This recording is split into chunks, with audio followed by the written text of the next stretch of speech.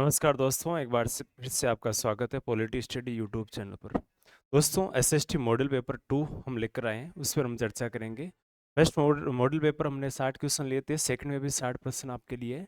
फटाफट देखते हैं क्विक रिवीजन में। पहला प्रश्न देखो, लोकसभा की कार्यवाही के संचालन के लिए आवश्यक गणपूर्ति क्या है? कम से कम कितनी गणपूर्ति हो तब लोकसभा की कार्यवाही संचालित हो सकती है। ठीक है, तो याद रखना इसमें कुल सदस्य संख्या का 10वां भाग, कुल सदस्य संख्या का 10वां भाग उपस्थिति होने चाहिए। क्वेश्चन नंबर 2 देखो, भारत के संविधान के कौन से अनुच्छेद में एक मंत्रिपरिषद का प्रावधान है जो राष्ट्रपति को उसके कार्यों के निर्वहन में सहायता प्रदान करेंगे? कौन से अनुच्छेद में ये बात लिखी गई? तो आर्टिकल 74 74 में उल्लेखित है। राज्य चुनाव आयुक्त को कौन नियुक्त करता है? राज्य का जो चुनाव आयुक्त होता है उसकी नियुक्ति कौन करेगा? तो उस संबंधित राज्य के राज्यपाल के द्वारा नियुक्ति की जाती है। भारत के सर्वोच्च न्यायालय के संबंध में निम्न में से कौन सा कथन सही नहीं है? सर्वोच्च न्यायालय के संबंध में कौन सा कथन है जो गलत है? संविधान की व्याख्या से संबंधित किसी मामले पर राष्ट्रपति सर्वोच्च न्यायालय से परामर्श मांग सकता है। आर्टिकल 143।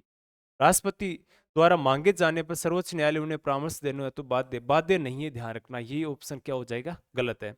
ठीक है, परामर्श के लिए बाध्य नहीं है, राष्ट्रपति के लिए कोई परामर्श के लिए बाध्य नहीं है। नेक्स्ट देखो, भारत के राष्ट्रपति के चुनाव में निर्वाचक मंडल में शामिल है। निर्वाचक मंडल जो राष्ट्रपति के निर्वाचन में होता है उसमें कौन सा शामिल है? इसमें ये पूछा है।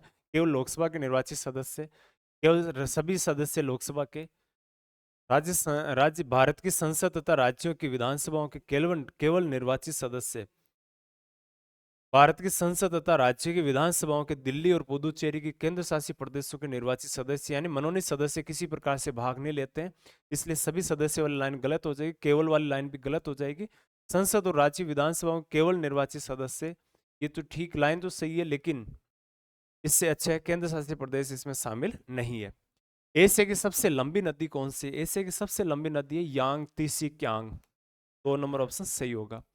किलिमंजारो पर्वत किस देश में अवस्थित है? किलिमंजारो जो पर्वत है वो किस देश में है? तो ये तंजानिया में अवस्थित है। समताप सीमा पर औसत तापमान रहता है, समताप सीमा पर औसत तापमान कितना रहता है? तो 0 डिग्री सेल्सियस तापमान होता है। बेसाल्ट सेल एक उदाहरण है। बेसाल्ट किसका उदाहरण है? तो ये बाह्य आग्नेय सेल का उदाहरण है। एक पोषण स्तर से दूसरे पोषण स्तर तक औसत ऊर्जा का प्रवाह होता है, कितना होता है? तो इसमें 10% ऊर्जा का प्रवाह होता है। मेगसनीज किसका राजदूत था? मेगसनीज है वो सेल्यूकस का राजदूत बनकर भारत आया था। कौन चंद्रगुप्त द्वितीय की राज्यसभा में एक नवरत्न नहीं था? कौन जो चंद्रगुप्त द्वितीय की जो राज्यसभा थी उसमें नवरत्न में शामिल कौन सा नहीं था? तो इसमें फायान नहीं था, वररुचि, वरामीर और धनवंतरी तीनों थे, ध्यान रखना। महाराणा प्रताप के हाथी का नाम, महाराणा प्रताप के हाथी का नाम क्या था? राम प्रसाद। हाथी का नाम पूछा है, ध्यान रखना, घोड़े का नहीं। सामाजिक सुधारक गोविंद गुरु का जन्म हुआ था, गोविंद गुरु का जन्म कहाँ हुआ था? तो ये बंजारा के परिवार में इनका जन्म हुआ था। चेतावनीरा चुंगट्या किसने लिखे? चेतावनीरा चुंगट्या ये किसने लिखे? तो ये सोरटे थे, ध्यान रखना। किसके लोग लिखे हुए? केसरी सिंह बहारट के। लंदन में वीर विनायक दामोदर सावरकर के लिए आगे अध्ययन हेतु छात्रवृत्ति की व्यवस्था किसने की? ये छात्रवृत्ति की व्यवस्था किसने? श्यामजी कृष्ण वर्मा के द्वारा की गई थी। मत्स्य जनपद की राजधानी थी, मत्स्य जनपद की राजधानी विराटनगर, जिसको बाद में बेरठ नाम से जानते हैं। पेगन वंश का आनंद मंदिर कहाँ स्थित है? पेगन वंश का जो आनंद मंदिर है वो कहाँ स्थित है? ये मंदिर स्थित है म्यांमार में। तराइन का युद्ध 1191 प्रथम युद्ध किसने जीता था? तराइन का प्रथम युद्ध ये किसने जीता था? ये पृथ्वीराज चौहान ने जीता था। राजस्थान का कौन सा नृत्य रूप 2010 में यूनेस्को की अमूर्त सांस्कृतिक धरोहर सूची में सम्मिलित किया गया था? कौन सा शामिल था? ये कालबेलिया नृत्य को शामिल किया गया था। संत मीराबाई के पति का नाम क्या था? मीराबाई के पति का नाम था भोजराज। नेक्स्ट देखो, चित्रकला शैली बनी ठनी संबंधित है, बनी ठनी किससे संबंधित है? तो ये संबंधित है नागरी दास से संबंधित। नेक्स्ट, चूरू जिले के ददेरवा नाम ग्राम से संबंधित है। ददेरवा से संबंधित कौन सा स्थान है? तो ये गोगाजी से, लोक देवता गोगाजी से संबंधित है। खेजड़ली आंदोलन में अपने जीवन का बलिदान किसने दिया था? जीवन का बलिदान दिया था अमृता देवी। तो क्वेश्चन 4 नंबर सही हो जाएगा। 25 नंबर क्वेश्चन देखो, पुस्तक है आनंद मठ में वंदे मातरम किसने लिखा था? यानी सीधी सी बात पूछिए, वंदे मातरम के रचयिता कौन थे? तो बंकिम चंद्र चटर्जी थे। भारत के संविधान की प्रस्तावना में उल्लेखित हम भारत के लोग से क्या तात्पर्य? संविधान में उल्लेखित है हम भारत के लोग भारत को संपूर्ण प्रभुत्व संपन्न समाजवादी पंथ निरपेक्ष लोकतंत्रात्मक गणराज्य बनाने के लिए तथा सामाजिक आर्थिक राजनीतिक न्याय विचार अभिव्यक्ति विश्वास धर्म उपासना और स्वतंत्रता की इसमें बात की गई है। व्यक्ति की प्रतिष्ठा राष्ट्र की एकता और अखंडता को बनाए रखने वाली बंधुता की बात प्रस्तावना में की गई। तो इसमें यानी इसमें संप्रभुता भारत के लोगों में निहित अर्थ होगा। भारत के संविधान में किस अनुच्छेद के अंतर्गत अस्पृश्यता को समाप्त किया गया है? अस्पृश्यता समाप्ति के लिए कौन सा इसमें याद रखना? तो अनुच्छेद 17 इससे संबंधित है। क्वेश्चन नंबर 28 देखो, भारत के संविधान के किस भाग में मूल कर्तव्यों को सन्निहित किया गया है? मूल कर्तव्य किस में सम्मिलित किए गए? तो भारतीय संविधान के भाग 4 ए में 51 कौन सा है? 51 अनुच्छेद के में शामिल है। और ये जोड़ा कब था? 42वें संविधान संशोधन 1976 के तहत हमने 10 मूल कर्तव्य जोड़े थे। वर्तमान कितने? तो 11 मूल कर्तव्य। नेक्स्ट देखो, भारतीय संविधान का अनुच्छेद 25 संबंधित है।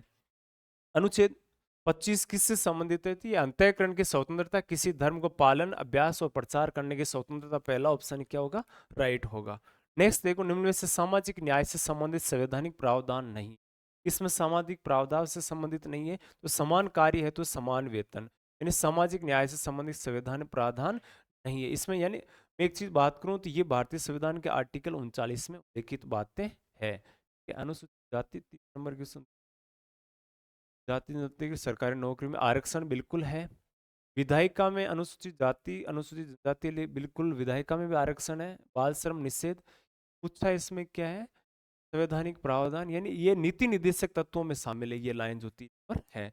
नेक्स्ट देखो, राज्य राजस राजस्थान अपने परिपूर्ण रूप से इस स्थिति को सामने आया। जो राजस्थान राज्य है वो कब राजस्थान पूर्ण रूप से हमारे सामने आया था राज्य के रूप में? तो ये आया था 1 नवंबर 1956 को एकीकरण पूरा हुआ था। सामाजिक अध्ययन का शिक्षण किया जाता है।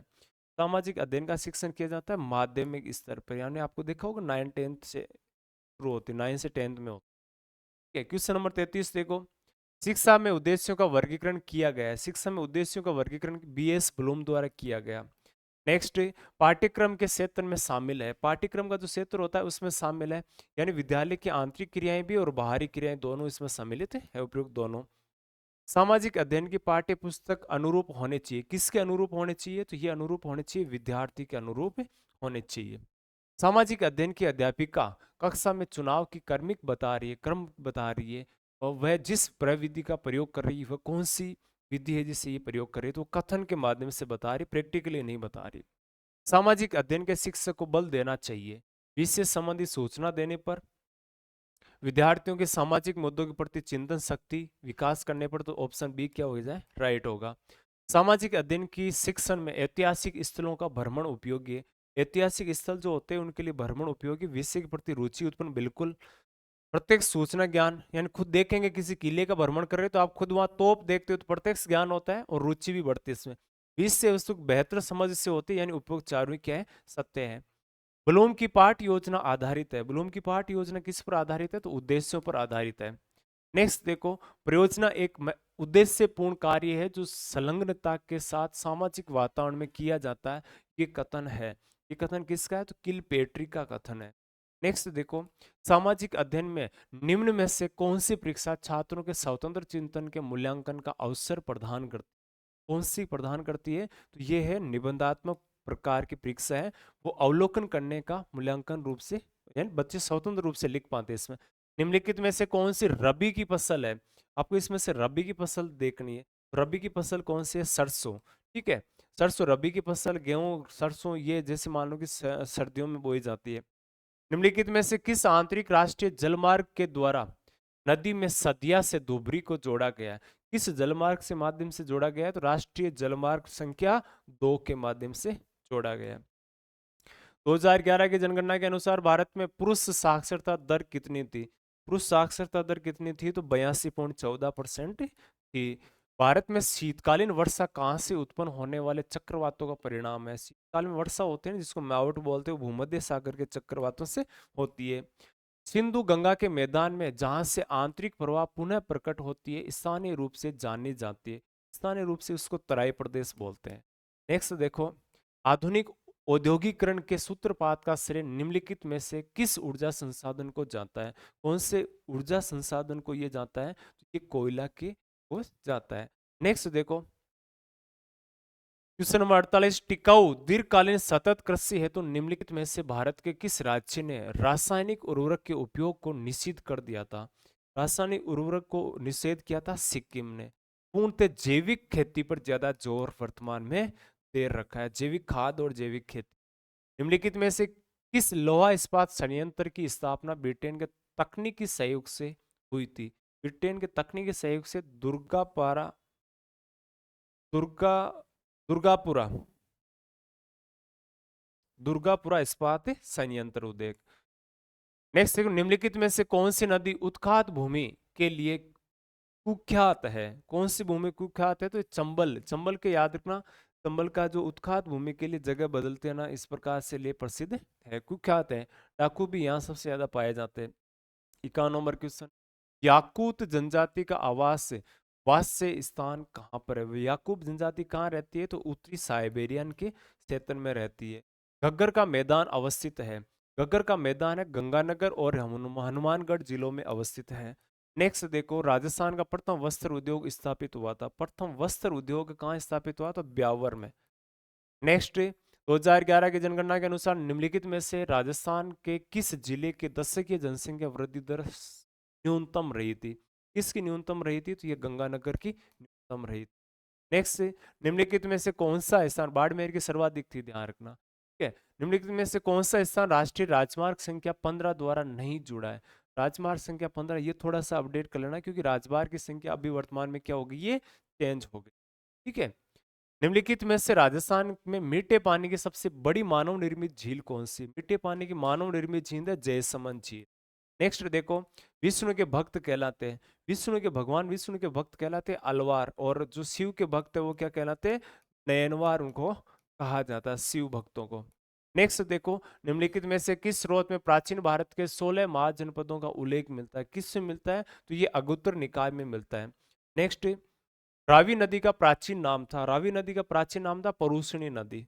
नेक्स्ट देखो, सूरसेन जनपद की राजधानी थी, जो सूरसेन की राजधानी क्या थी? मथुरा। ये महत्वपूर्ण एसएसटी के 60 महत्वपूर्ण प्रश्न थे जो अपने पार्ट सेकंड में किए, यानी इसके एसएसटी का जो सेकंड पार्ट था उसमें हमने महत्वपूर्ण प्रश्नों पर चर्चा की। इसी प्रकार से बने रहिए, मस्त और जबरदस्त तरीके से तैयारी करते रहिए। आपके कितने क्वेश्चन हुए ये कमेंट जरूर करिए, और अपने दोस्तों के साथ भी इसको शेयर करने का प्रयास और कष्ट करें। आज के लिए जय हिंद, नमस्कार साथियों।